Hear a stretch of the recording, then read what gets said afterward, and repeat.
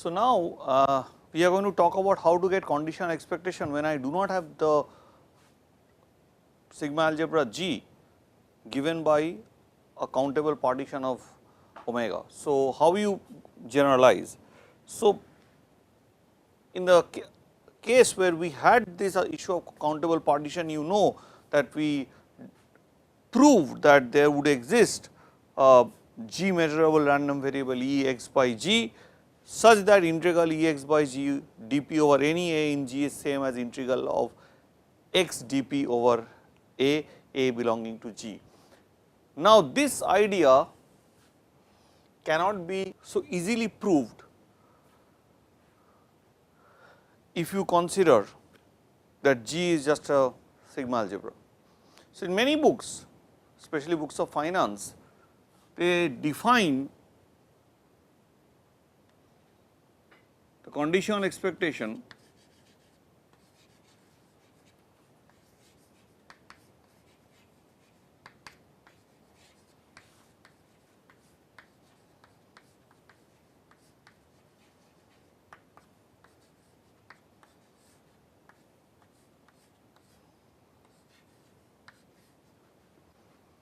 x by G as follows.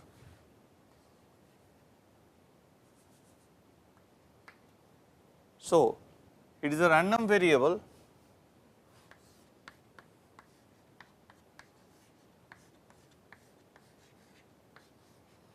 is a G measurable random variable, because that is what we proved earlier. So, we are assuming it okay.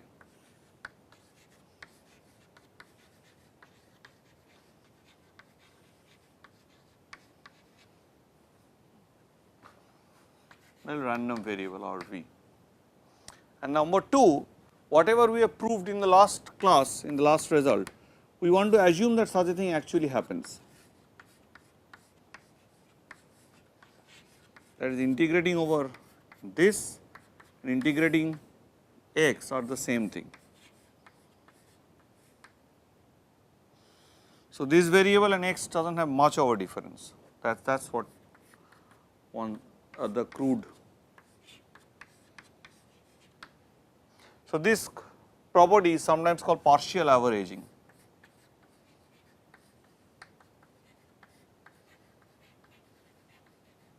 So, this is the definition. So, conditional expectation is a G measurable random variable which satisfies this, which shows that this may not be unique. There can be any more than one G measurable random variable which can actually get you down to this, get you this. But the key question is whether such a G measurable random variable would at all exist. Okay, I am making a definition by trying to generalize my last result of the last class, but how do I know that this such a thing, such a random variable would exist? If it does not exist, then such a thing is nonsense. To know that it exists, we need to go through some steps and get into some slightly deeper probability theory. We will not push you for proofs, etc. We will try to give you an information about how things are done, what are the thought processes behind the steps, what that is required or tools that is required to prove that such a random variable would exist which will exhibit this property. Okay. One of the first steps is to know in finance and in probability theory is how to construct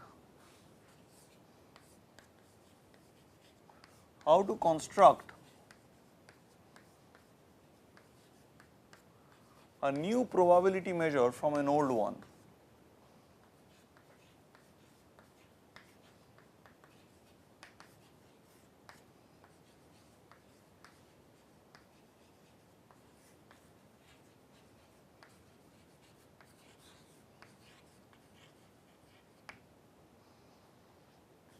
That is the key question. So, in that sense, suppose you have a given probability space. So, whatever handwritten notes I have, I will see whether when I finish delivering the lecture, I can hand it over to the MOOC support staff who can actually, very good technical staff here, who can actually scan it and put it up on the portal so that you can see all these things. So, I cannot write down each and everything in detail which is written in the notes, because I am just trying to explain you the real issues. So, here we take a probability space and we take a random variable and assume that this random variable is non-negative. You can assume it in the sense of almost everywhere, but okay, let us for the moment assume that x omega is greater than 0 for every instance omega. Now, also assume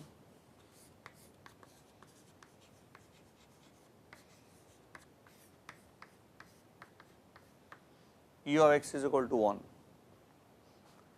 You see, once I know this, then I construct for A in the sigma algebras, if A is an event, then construct the following function of A.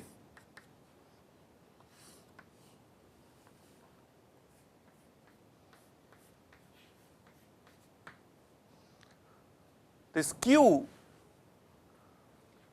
which is actually taking an element of the sigma algebra and mapping to R, given this this is integrable. So, suppose that x is integrable actually.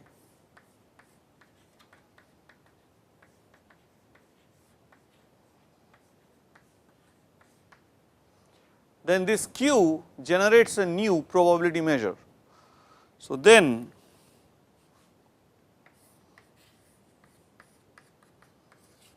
Q, okay, maybe I will write it slightly like this.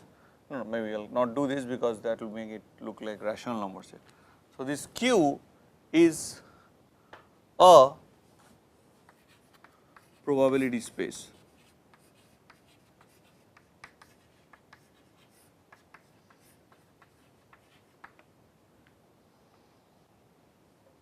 That is absolutely fundamental. So, given a probability measure, I can construct a new probability measure in the following way.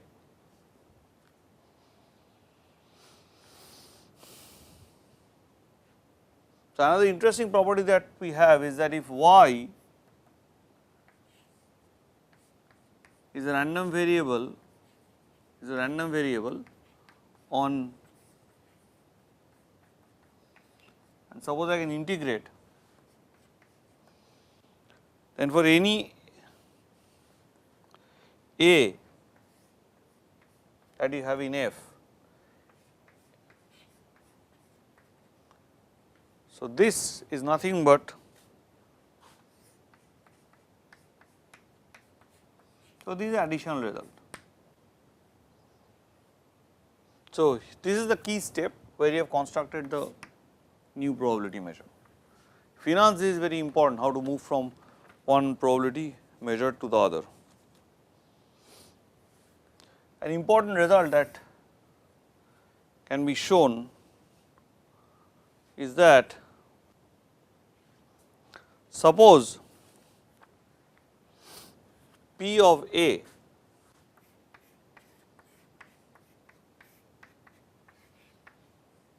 is 0, okay.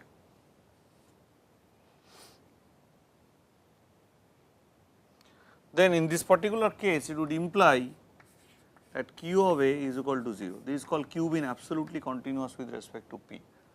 So, if you have an A for which P of A is 0, then Q of A is also equal to 0. This is fundamental which comes out from here, this definition. So, here you see Q. Now, how do I know that Q is a probability measure? Because you see Q of omega is integral omega x dp, and this is nothing but expectation of x, which I have taken to be 1. So, probability of the sure event omega, that whole sample space must be 1. This is something very, very important, that it is truly a probability measure, and you can show that this will happen. So, the interesting question that we now can ask comes from here. So, if I have a situation where P is a probability measure and Q is a probability measure on both on, so P, Q are both probability measures on omega f. So, we have this probability space and we have this probability space also, right. So, this probability space and this probability space, but we also have this connection that PA equal to 0 would imply QA equal to 0. Whenever PA is 0, QA is 0. Then is Q a probability measure constructed out of P? So, which means the question is, can Q be constructed out of P?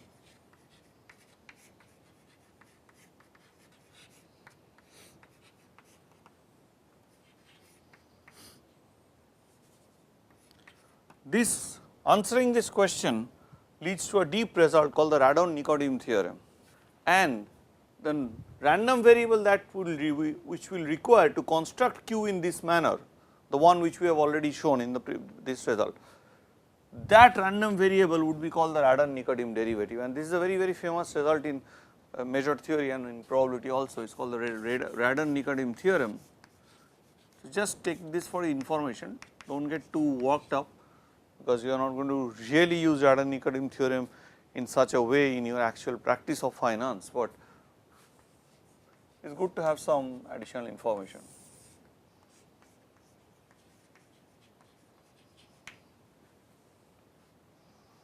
So, what does Radon-Nikodym theorem tell me? Radon-Nikodym theorem tell me the following, tells me that okay, very good. So, you have this information, if PA equal to 0 implies QA equal to 0,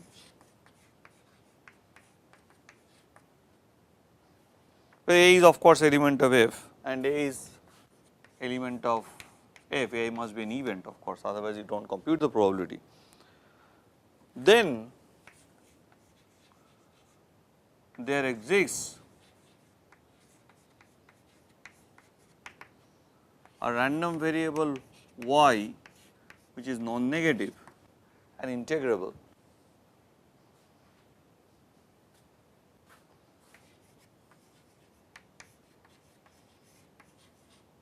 It is a very deep result, because you are proving the existence of something. Every existential results in mathematics are deep results. It is not easy to prove that something actually exists. Whether you are able to really hand calculate it, that is a different matter, but the question of its existence is a very important issue in the way modern mathematical thinking goes. So, you are telling that such a thing would actually be there, and so then there exists random variable this which is integrable such that Q of A can be constructed in the following manner. See, why you need to talk about a positive random variable, not just any random variable taking any value.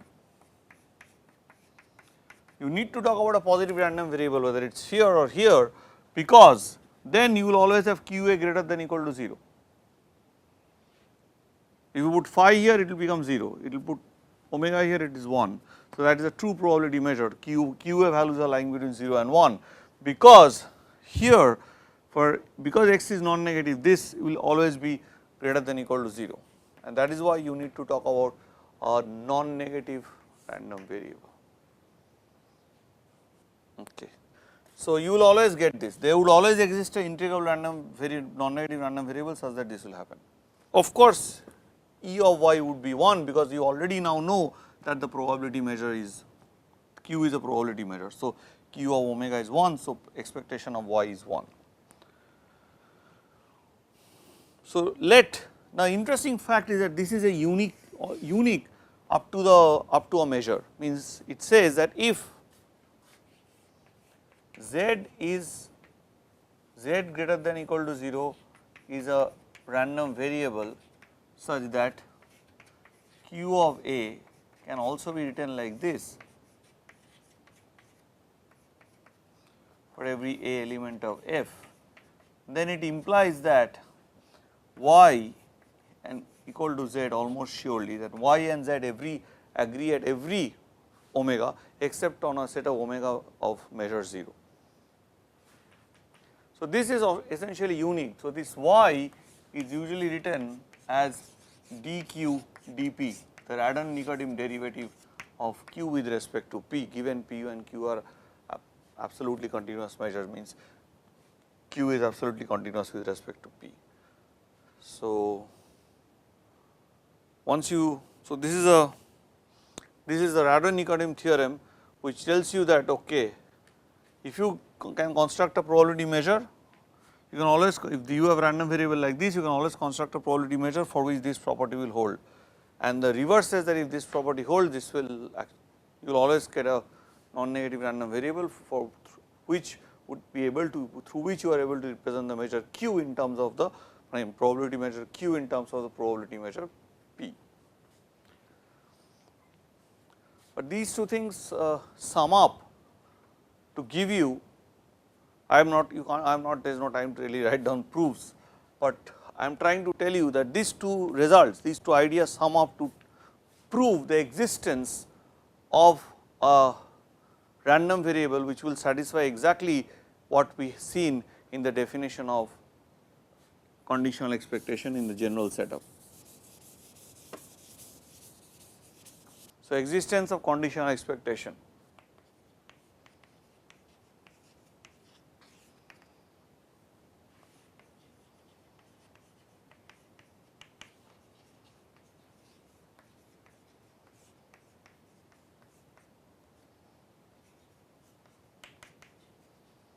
So, what does this result say?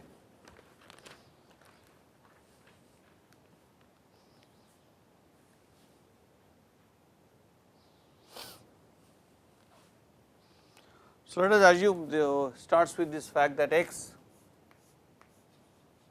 be an integrable random variable on the probability space, integrable random variable on this probability space, okay, and G subset of F is a sub-sigma field, okay, all we could just say sigma field or sigma algebra, sigma field or sigma algebra, whichever, whatever term you want to use, you can use sigma algebra on omega. Then there exists a random variable E x by g on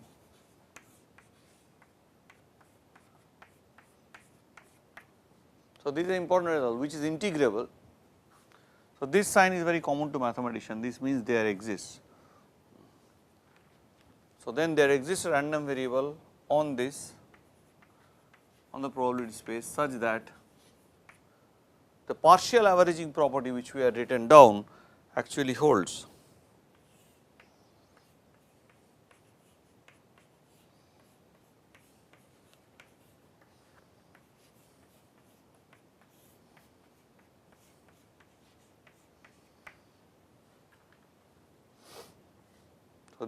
So, it shows that though this random variable may not be unique, but such a random variable do exist and exhibits this partial averaging property. So, this is true for all A you take in sigma algebra G with respect to which you are doing the conditioning. Now, the interesting part is this following. So, suppose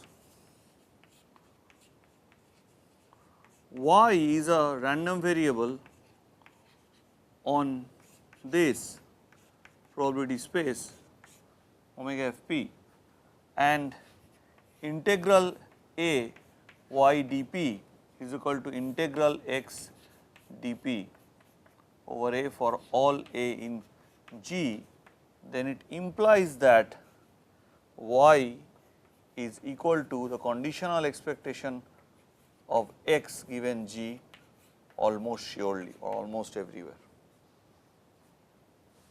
So, any random variable y which satisfies this property must be same as the conditional expectation, that is the fundamental idea. So, that also shows that this is really not unique, you can just find some y which satisfies this, that is it, that is which is G measurable that.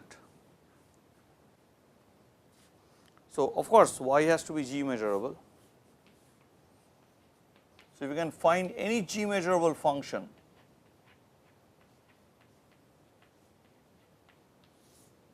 this will just work. Now, I will state the properties of conditional expectation. I will not give the proof of the properties. The proof of the properties would be coming through exercises. You will be asked to give a proof of the properties and then the proof would be given in your homework. Maybe if there is time permits, I will try to do for one and not each and everything. So, let me write down the properties of conditional expectation.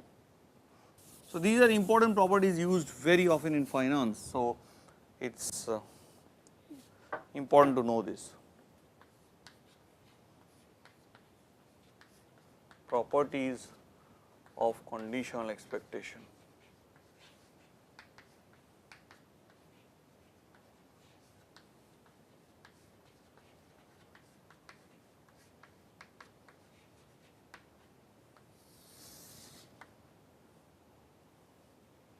So, what is the first property? First property is taking out what is known.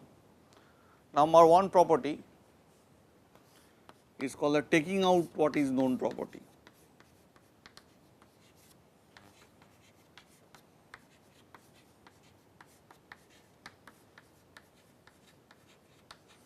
So, what do I mean by this?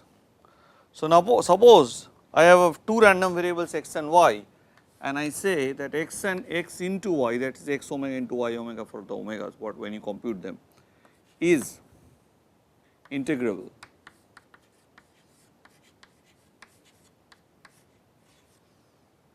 Is integrable and x is G measurable.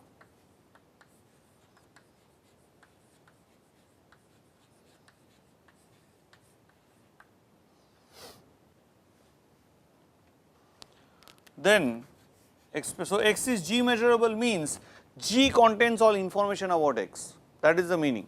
So, that is the meaning of something is known. So, x is essentially known by knowing G. So, the nature of x is completely revealed to G. So,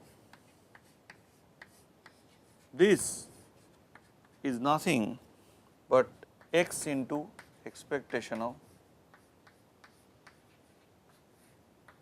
this is the thing. Number 2, expectation of x by G is expectation of x. This is a very simple thing, this property, because if you use a partial averaging property, what does it mean? What does expectation of a thing means? Integral omega expectation of x by G, this means this, and this means omega x dp, and that is expectation of x. So, this is the partial averaging property, and this nothing, it gives me this. So, this is true for any A in G, and of course, omega the whole space A is in G because G is a sigma algebra. So, as I have told you in the very beginning that the whole omega has to be a null event and shear event has to be, the whole sample space has to be in any sigma field. So, that is it, and this is nothing but the expectation of x by G. So, you have taken the expectation of this random variable which is this, and by partial averaging it is this, and which gives you this. This is property 2, then we come to property 3 and property 4. Property 3 is called independence. So, if x and G are independent, I will explain to you what I mean. If x and G are independent, you will be very surprised that I am talking about independence of a random variable with respect to a sigma algebra. I will tell you what is that. So, mathematicians hardly they mix up lot of language. So, if x and G are independent, then basically x does not depend on g. So, the conditional expectation of g is basically a constant random variable. For any omega that you take, this gives you the value Ex. What do I mean by x and g being independent? By the term x and g being independent, I mean that if you take any a element of g, how do I identify the element a? How do I say that the event a has occurred? Event a, if I look at the outcome of a random experiment, some omega has occurred in the sample space. If that omega remains is in a, then I say that the event a has occurred. For example, I throw a die and the event a is that an odd number occurs. If I say that the number 3 has occurred, then I say that the event a has occurred. So, which means this event a can be identified in terms of a random variable Ia, the indicator function. So, where Ia is a function defined as follows, where Ia omega is equal to 1 if omega is in A and is equal to 0 if omega is not in A. So, which means that x and Ia, where A is element of G, this are independent. So, these are for any a in G are independent random variables. So, these are random variable, independent random variables. That is the meaning of the fact that x and G are independent. So, if these are independent, so x really does not depend upon the occurrence of any event in G, then of course, this is the case. Third and the last property which is used pretty often is a tower property.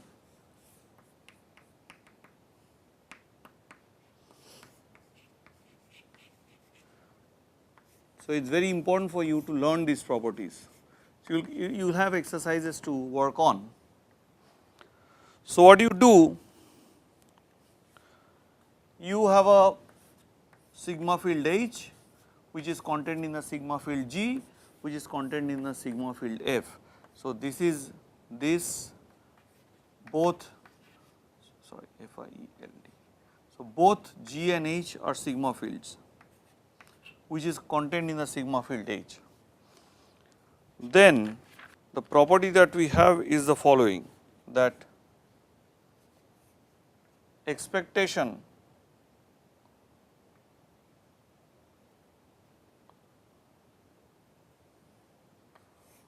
of x by G given H is same as expectation.